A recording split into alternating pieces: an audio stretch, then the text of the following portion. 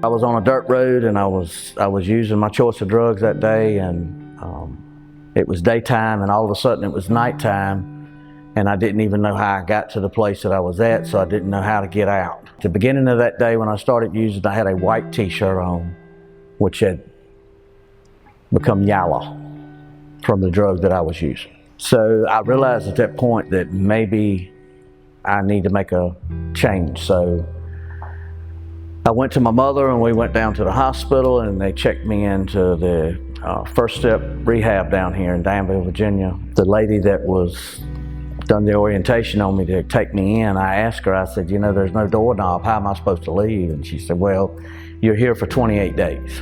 When she said that, my first thought was, well, I may stay 28 days, but I don't have a problem and I'm gonna get out of here and I'm gonna go back to my routine life.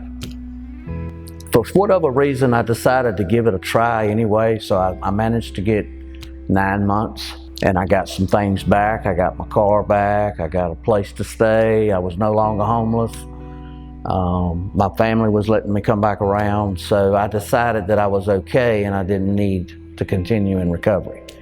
And I made a choice to relapse and start using again. That's when it got out of control, so I managed to go back to the program. I quit using, met my now wife of 25 years. Then I found my way back out there using the hard drugs again. After about a year and a half, I went on a 3-day binge. I came home, been gone for 3 days, done went through all my money, done lost a job because I wasn't showing up for work. I put the key in the door, it was 1 o'clock on a Sunday morning, and the key wouldn't work. And I was like, well, what's going on? So she came to the door and said, you can't live here no more. I can't go through this. She said, you went after a loaf of bread 3 days ago and you've been gone. You have a problem and you need to get help.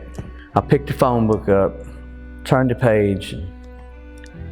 I was in the yellow pages and there it was. It's Mount Regis, Salem, Virginia. While I was there, I was continuously in counseling meetings.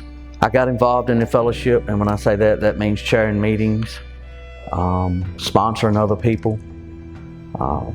And the next thing I know, I was picking my first year battalion up. If I ever forget that I'm an addict and start using again, I won't make it back. I've been in the program 24 years now. We give each other hope. We give each other strength.